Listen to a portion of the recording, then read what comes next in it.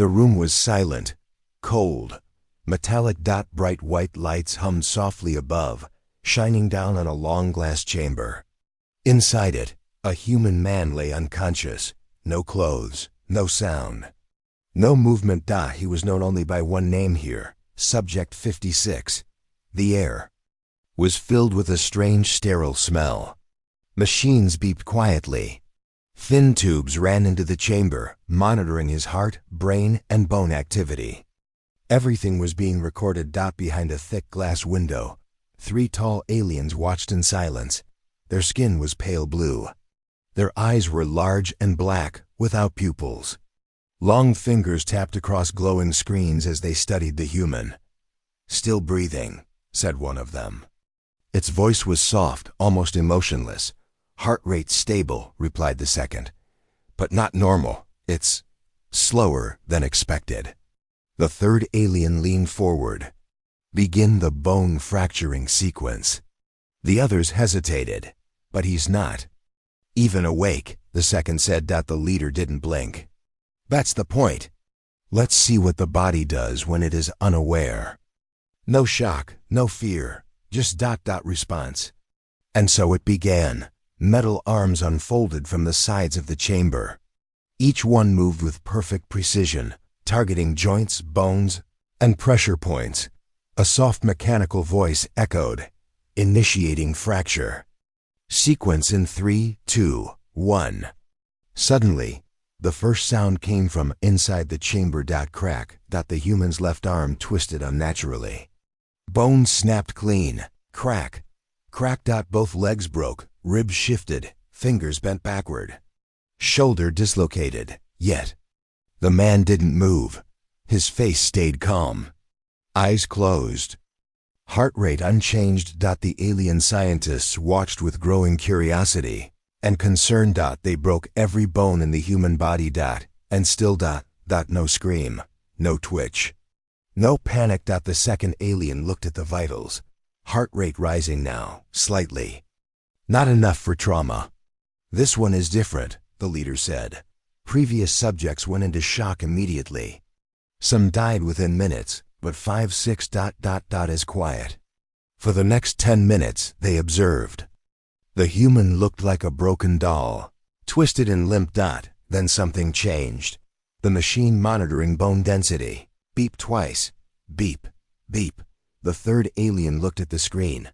Its eyes widened. "Fractures are reversing." "What?" "Bone matter is reforming. Rapid cell activity. Look, his femur, it's healing." They all leaned in. On the screen, the human's broken bones were knitting back together. Like watching a puzzle solving itself. "Impossible," whispered one. "No human body can do this. Not this fast." The leader turned slowly. "Run a genome scan immediately." While they worked, the camera inside the chamber focused on the man's face. Still calm. Still unconscious. But now, a single tear slid down his cheek. Was it pain, memory, or something else? The alien machines hummed louder. As the scan began, "Strange," said the second alien, looking at the DNA results. "He's not fully human." "What do you mean?" "There's a sequence here. Artificial, not natural. It's like someone modified him." The leader stared at the data. "This was done on Earth," it said. "They're experimenting on themselves now." Outside the chamber, an alarm light blinked yellow. One of the healing bones had formed stronger than before, denser, sharper. "This isn't just recovery," said the third alien. "He's adapting. His body is learning from the damage." Suddenly, inside the chamber, the human moved. Only slightly, but enough.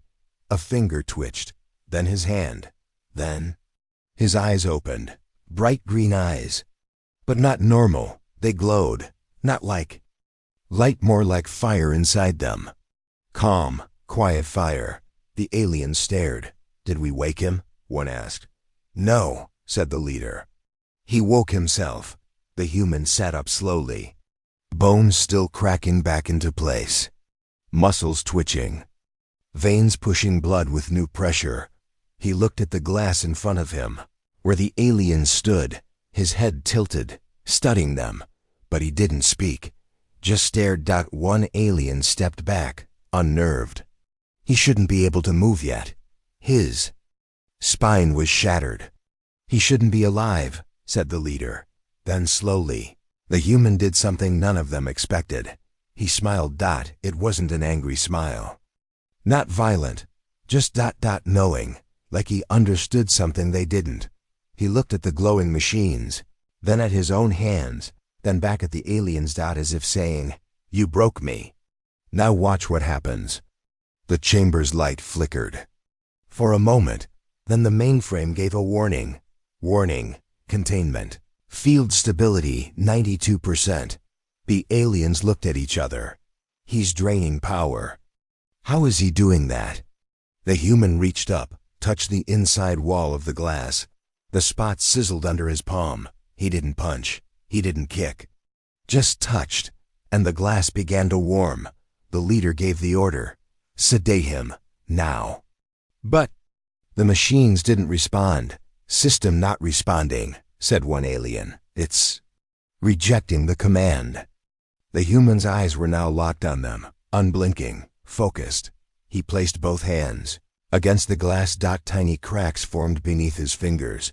The aliens backed away. Do we terminate him? One asked, panic in his voice.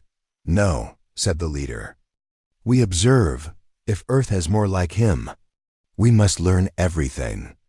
The room went quiet again, except for the human's breathing. Calm, deep, powerful. The leader made a final note into the system.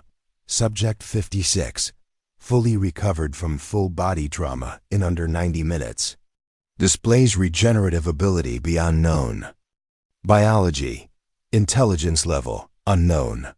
Threat level, increasing. Inside the chamber, the human lowered his hands. He looked up. Straight into the camera. His lips moved. No sound. But the alien saw the words clearly. You shouldn't have done that.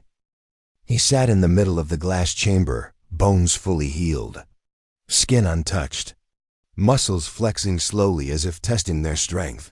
The alien scientists were silent, staring at the screens. He should be dead.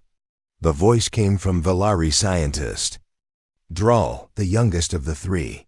His hands shook as he zoomed in on the human's chest scan. He had 207 fractures. His heart stopped for 3 seconds. Then it restarted. By itself. The elder alien, Carell, didn't blink.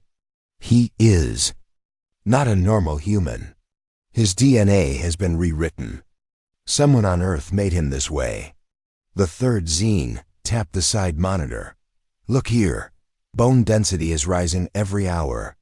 His body isn't just healing, it's improving. The three aliens turned to the glass chamber again. Inside, subject 56 stood up. No pain, no struggle. He moved his fingers, rolled his shoulders, stretched his neck. Each motion was precise. Controlled. Too calm. As if he'd done this before. Drow whispered. He doesn't look confused. He looks like he remembers. Inside the chamber, the human walked slowly to the edge of the glass. He placed one hand on it. Not in aggression, almost gently. His palm was steady. His green eyes, glowing faintly, studied the aliens. He didn't look afraid. He looked curious, like a scientist watching animals in a zoo from the inside. His body temperature was rising, but not due to fever. It was controlled, like he was adjusting his internal systems manually. Carell activated the language translator. Subject 56, can you understand us? The human stared for a few seconds. Then he nodded. It was the first direct response. Drawls. Voice cracked slightly. Can you speak? Silence. Then the human touched his throat, like testing it. He tried to speak, but no sound came. His vocal cords had been damaged. Carell made a note. Vocal system not healed yet. Zine looked uneasy. He's analyzing us, not reacting like a subject. He single quotes S. Learning. In the observation room, The aliens reviewed older Earth records, footage from satellites, radio signals, and human military broadcasts. One name came up repeatedly: Project Revive, a secret human program designed during Earth's last war.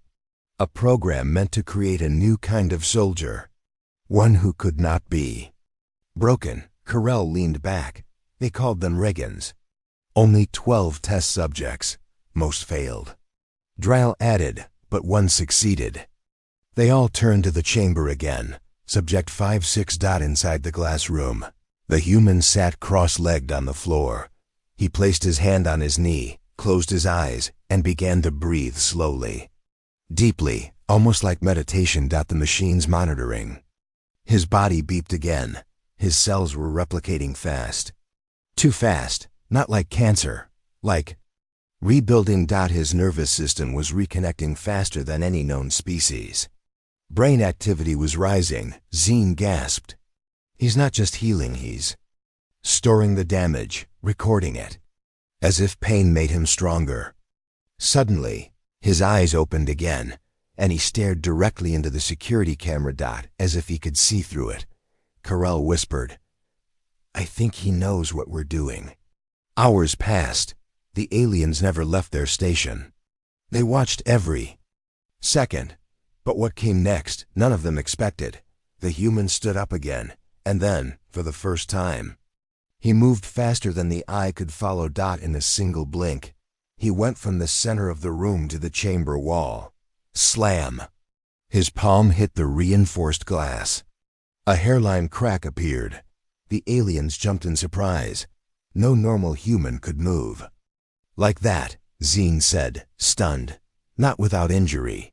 But Subject 56 showed no pain. He stepped back, then punched the same spot once. The crack grew longer. Carell activated the emergency lockdown. The lights turned red. A metal shell began lowering over the glass chamber. Subject 56 stepped away again and waited. As if testing their limits. And then he did something unexpected. He turned around, walked to the center of the chamber, and sat down again. Still, calm, like he was saying, "This isn't about escape. Not yet." The aliens were confused. Why didn't he break out? Drall asked. "He could have. He's watching us," Carell said, studying how we respond. Zine added, "This is a psychological game. He's the subject. But we're being tested." Later that cycle, something even more shocking happened. The human began drawing symbols on the chamber floor with his finger. The marks glowed faintly. "Alien code." Drall gasped. "That's our language." "How does he know that?" Carell narrowed his eyes. "He's learning by watching. His brain is copying everything. Language, systems, energy flow." Zine whispered, "He's becoming one of us." A memory flash. Not shown to aliens, but for the audience. Subject 56 lies on a table in a human facility. Earth scientists surround him. One whispers, "If this works, you'll be the first. And if it doesn't, then you'll die faster than the others." A woman holds his hand. "Just come back, please."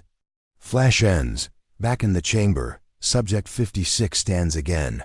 This time, his fingers flex with perfect control. Every muscle responds. He moves like a trained soldier.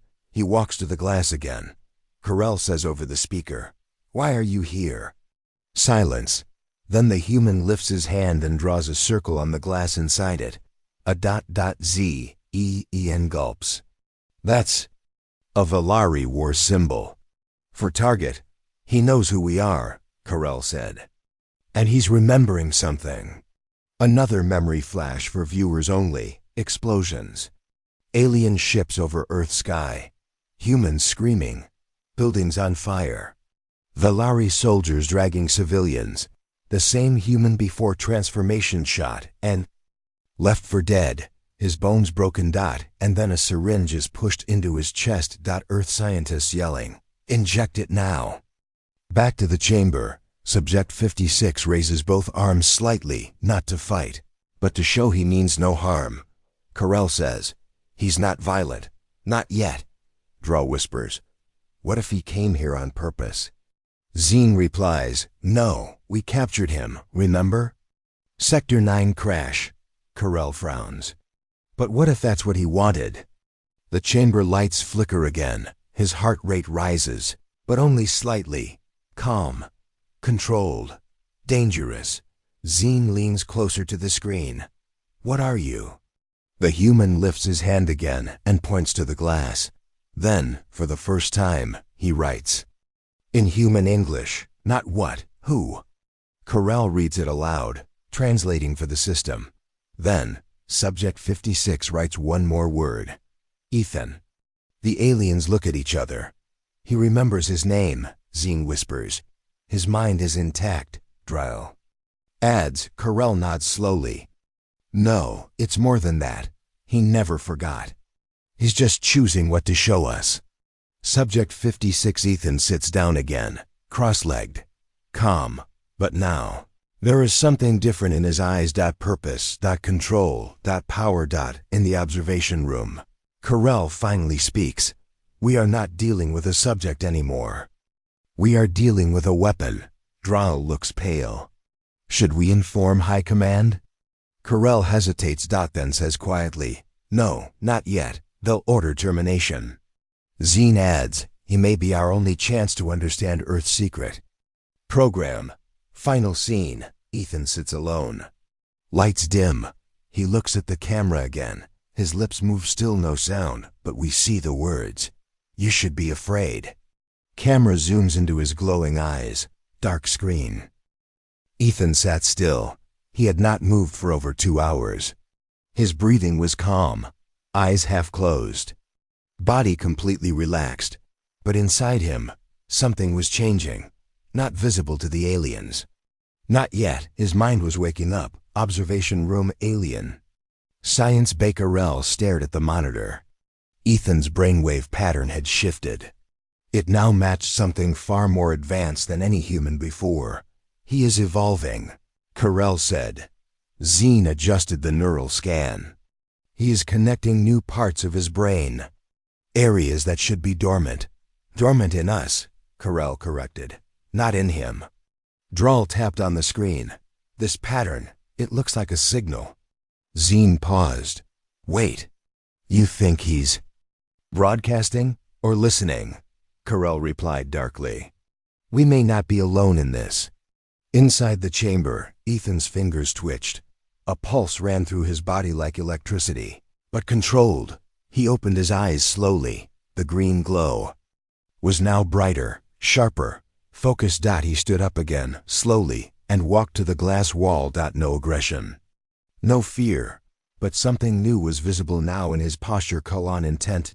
Alien Central Intelligence. LOG audio recording timestamp. 462.12 Subject 56 has begun moving again. His vitals are stable, yet unnaturally perfect. Bone strength is now 40%. Higher than last scan. Skin has developed micro-reinforcement, almost like armor. Carell turned to Drell. Do we still have control of the chamber? Drell looked at the screen, nervous. Technically, yes. But nothing is responding when we send commands. Try again. Drell typed the command, sedative gas, release 10%. Nothing happened. System ignoring input. Drell whispered. Carell leaned forward. He's inside the system. Ethan touched the glass again. Not to break it, but to feel it. He closed his eyes again. In his mind, a new space opened, a mental field of data, energy, noise. He could feel every signal in the alien. Base. Doors, lights, temperature flows, data logs. He wasn't just healing anymore. He was connecting. Flashback, memory from Earth, narration only, inside a dark lab.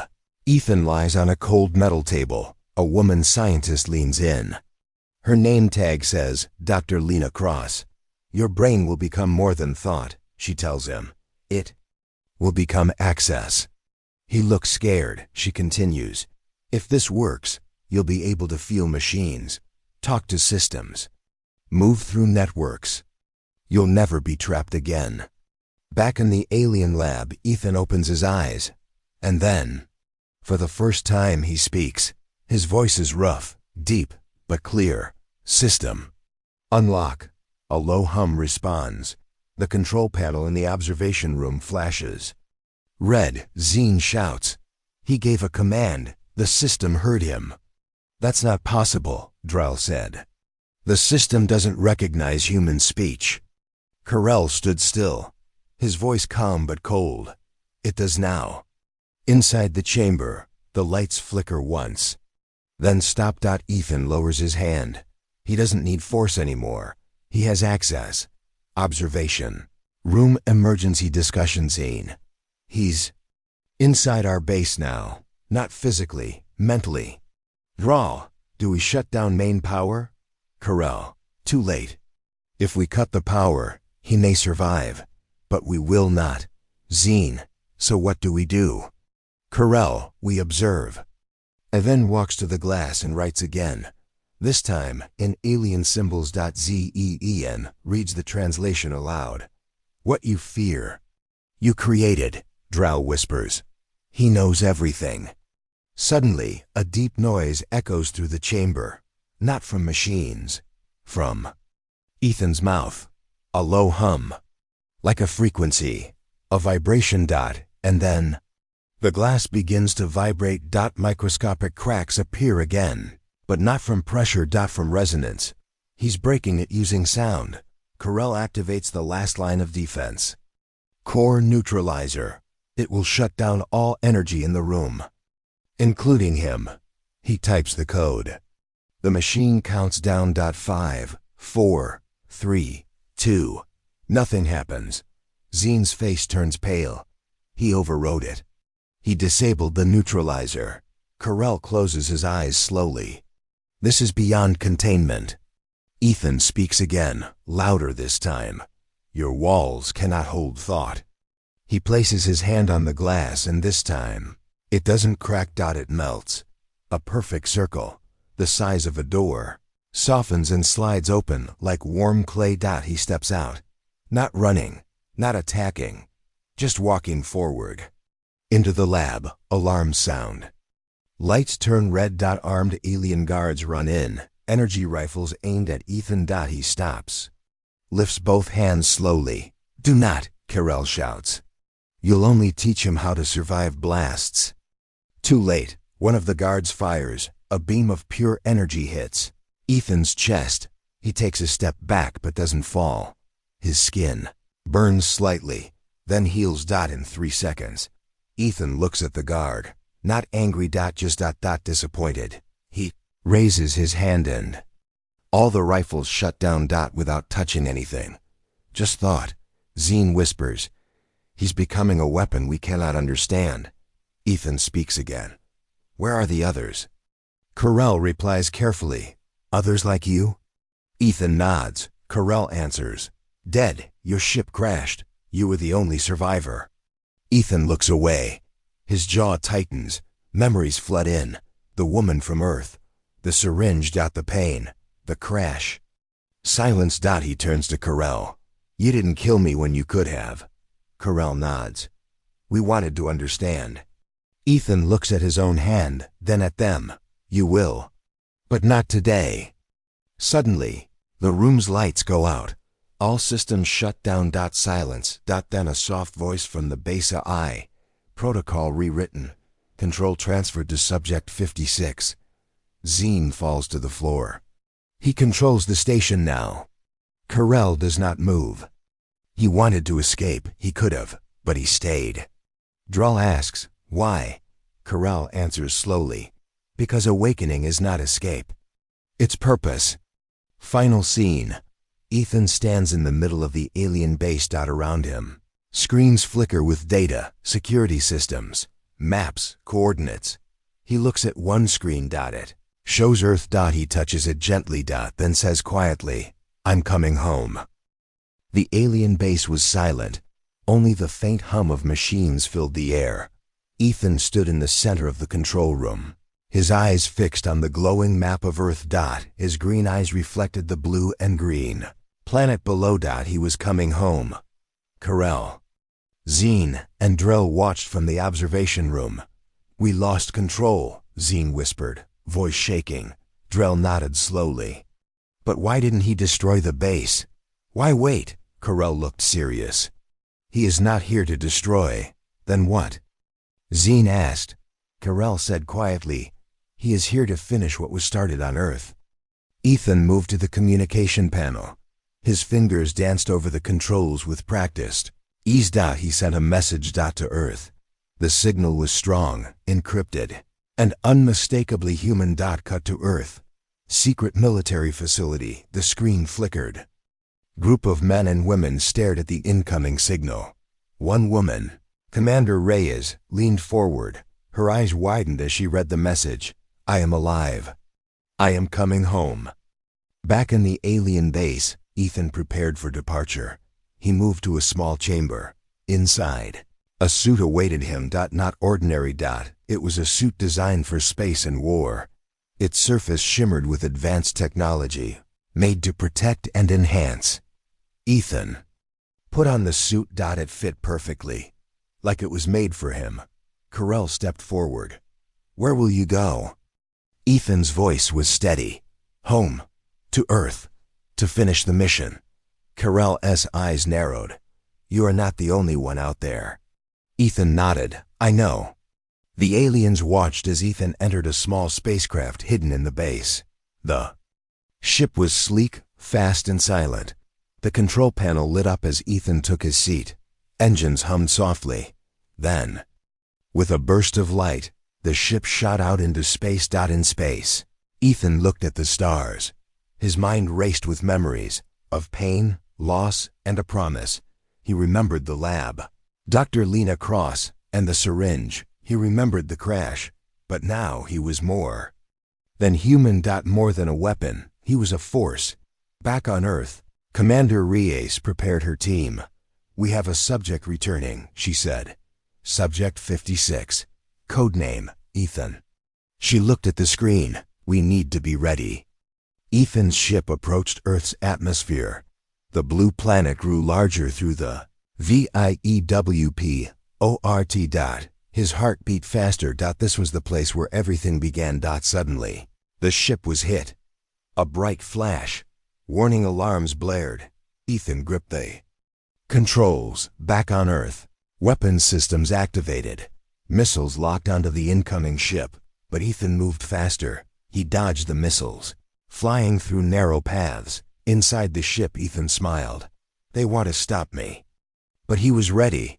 He activated the suit's defense systems. Energy shields shimmered around him. Ethan landed near a remote military base. He stepped out. The ground felt strange under his feet. He looked around.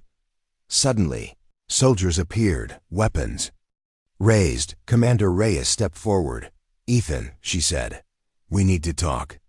Ethan nodded slowly. "This is just the beginning," he said. "I am here to end the war." The soldiers lowered their weapons, but tension remained. "Commander." Reyes looked at Ethan. "Tell me everything."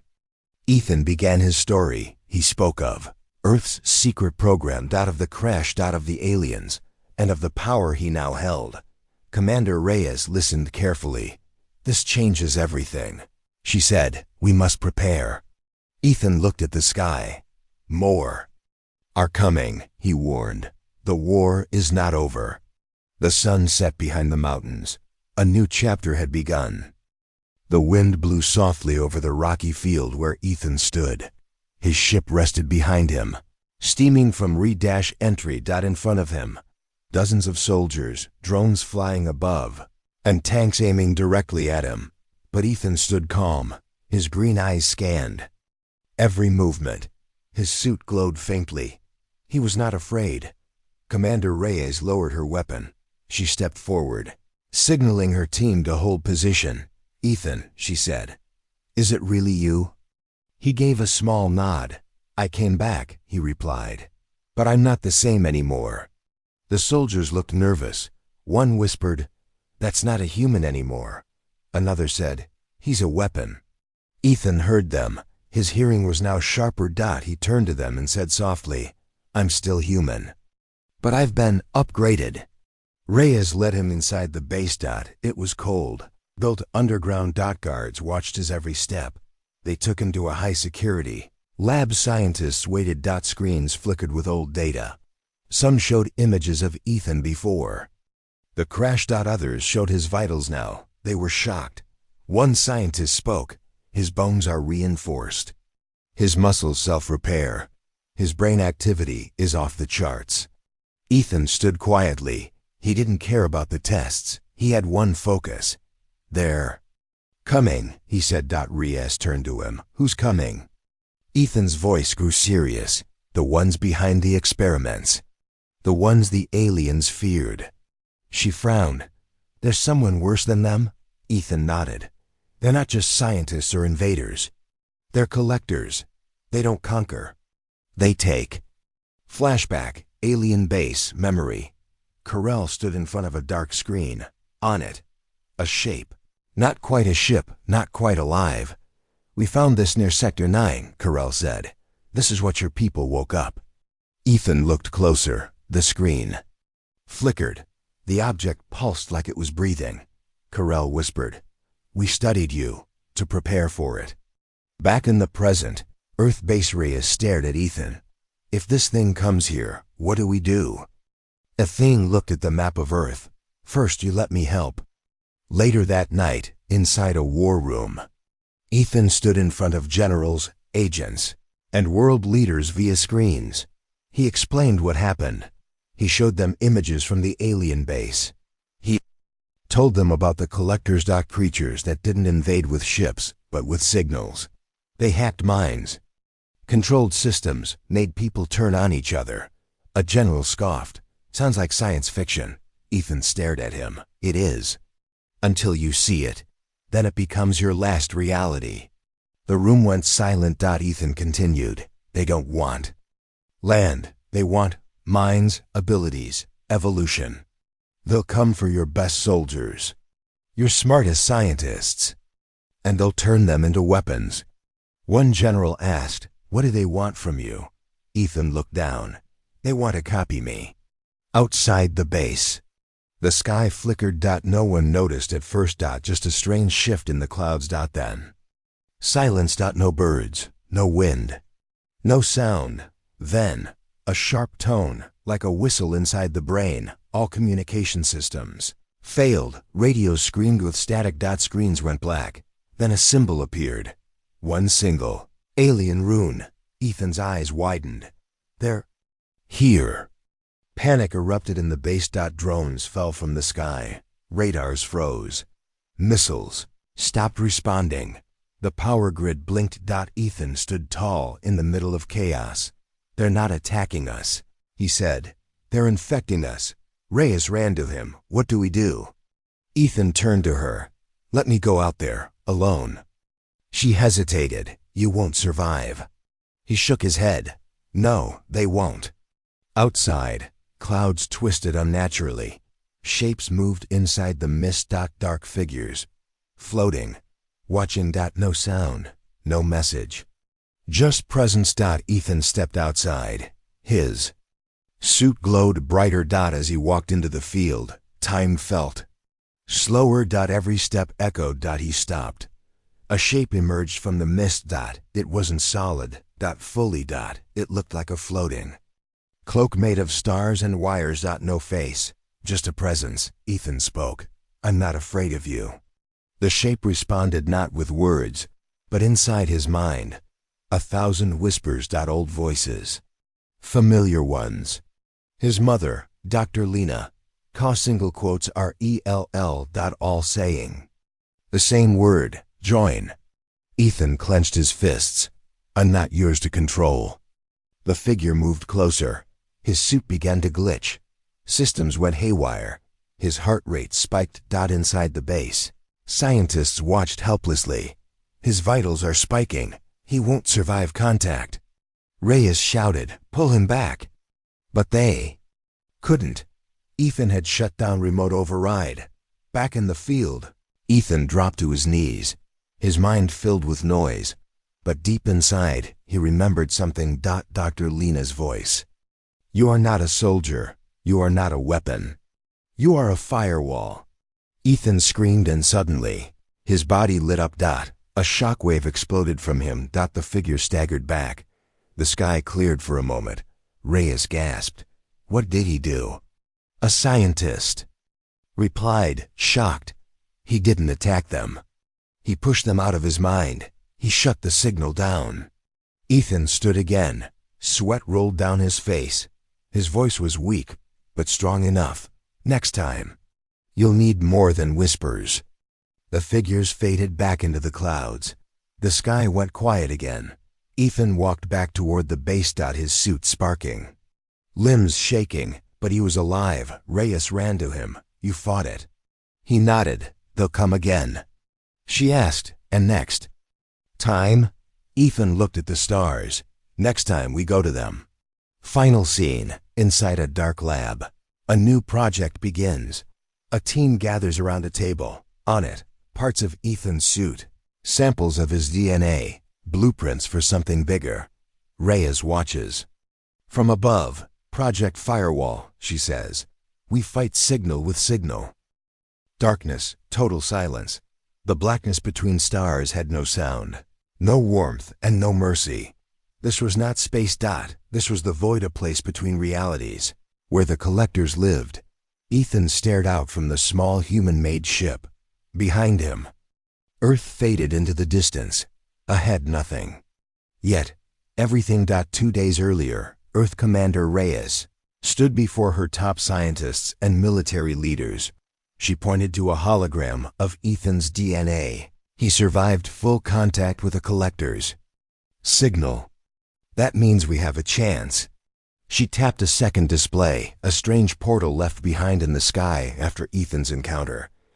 Project Firewall is ready, but this time we take the fight to them. Ethan entered the command room. I'll go alone. Reyes shook her head. We need a team. Ethan looked serious. They can't survive where I'm going. She asked, then how will you? He replied, I already died once. Now in the void, Ethan's ship passed through the collector's breach. His mind buzzed with pressure. His suit kept his body alive, but his thoughts trembled under the weight of the psychic field. Signal density rising, said his eye companion. Lux, built from alien tech, prepare for full mental defense. Then light, not like sunlight. This was living light. Glowing structures floated in the darkness. They were not buildings. They were organisms. Cities that breathed. Ethan whispered, What is this place? Lux replied, Welcome to the core of the collectors. Suddenly, a presence touched his mind. Not words. Not pain. Temptation. A vision filled his head. Earth. Peaceful. The war never happened. His mother alive. Join, a voice whispered inside him. But Ethan remembered the truth. This is not real. He focused. A wave of rejection shot from his mind. The vision cracked and disappeared. The ship shook. They know you're awake. Lux said. Outside, shapes formed, creatures made of data, light, and sound. No ships. Just beings floating through. The void. One reached for Ethan's ship. It didn't need weapons. It used thoughts. Suddenly, alarms blared. Ship memory breach. Lux warned. They're inside. Ethan grabbed the neural controller and forced a firewall up. Too late, they saw. His memories. His pain. His past. But Ethan smiled. Then let them see everything. He released it all. Every moment of torture. Every bone broken. Every scream. Every recovery. He let them feel it. And the collectors pulled back. They didn't expect pain to become strength. Ethan's ship crashed through a glowing gate. Beyond it, a chamber.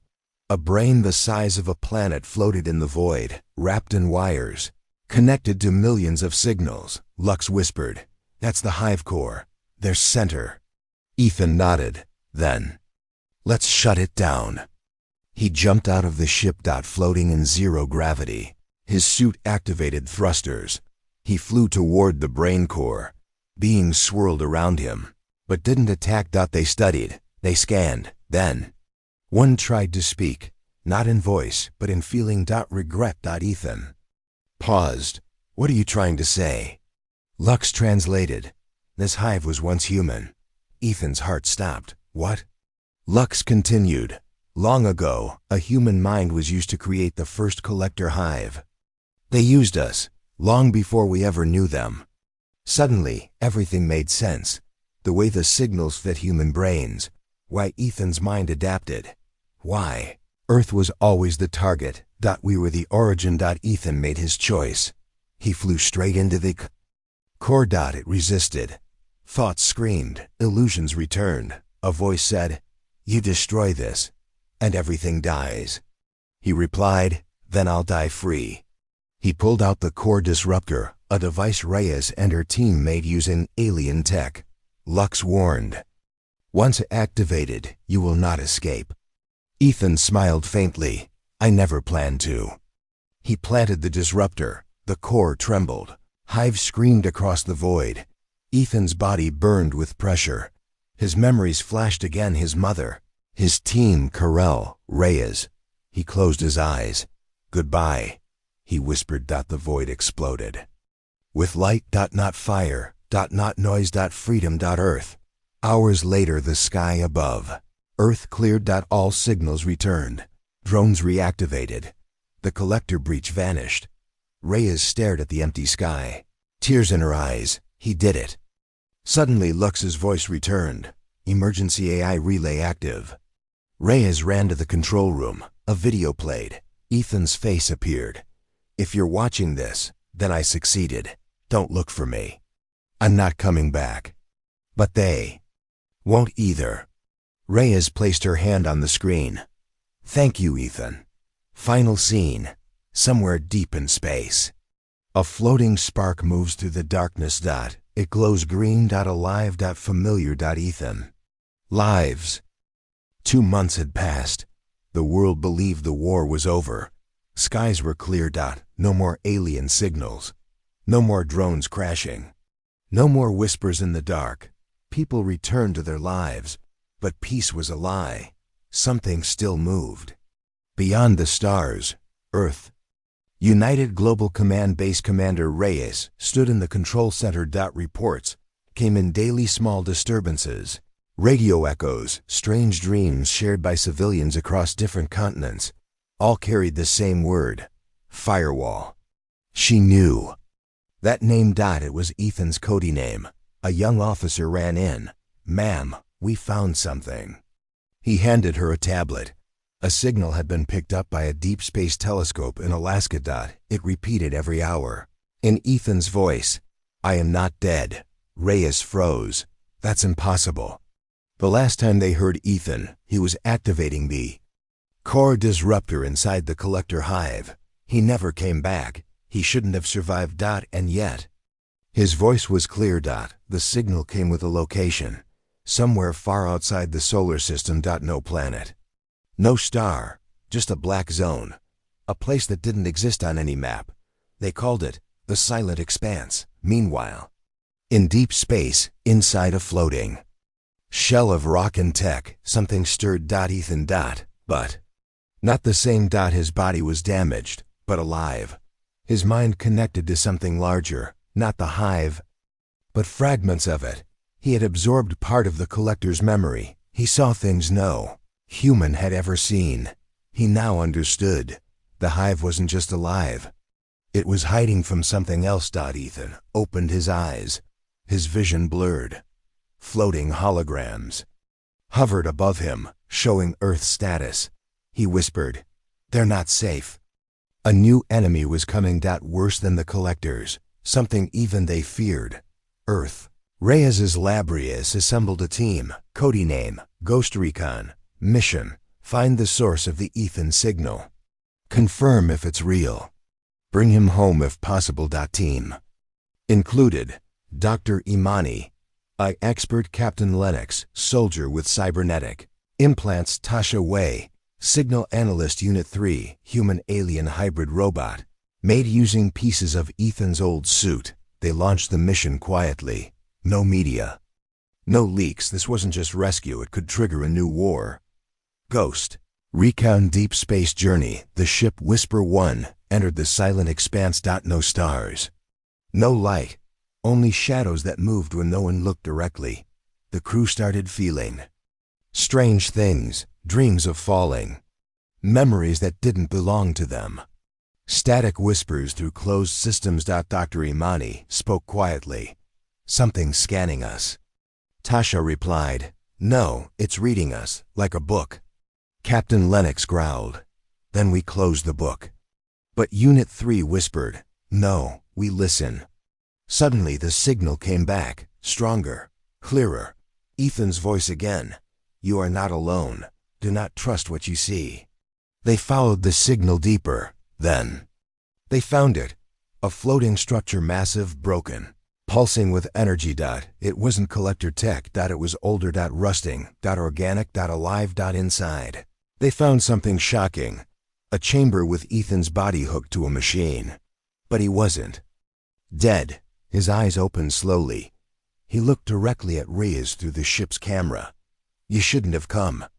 The ship shook violently. Lights flickered. Tasha screamed. Something just entered our system. Dr. Imani froze. It's a virus. No, it's a mind. Unit 3 stepped forward. I can hold it. Then it connected itself to the ship's core.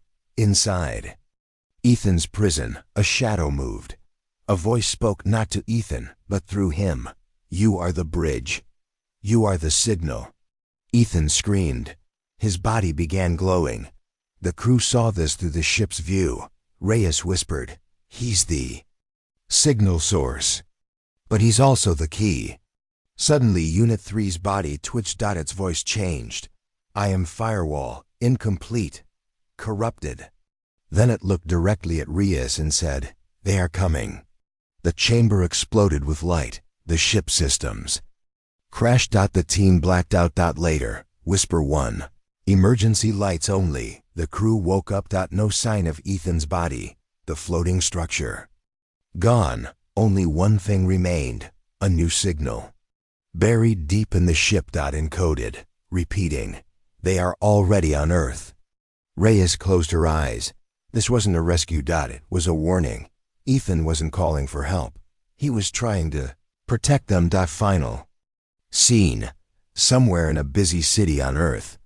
A man walks calmly through the crowd. His eyes flash green for a moment.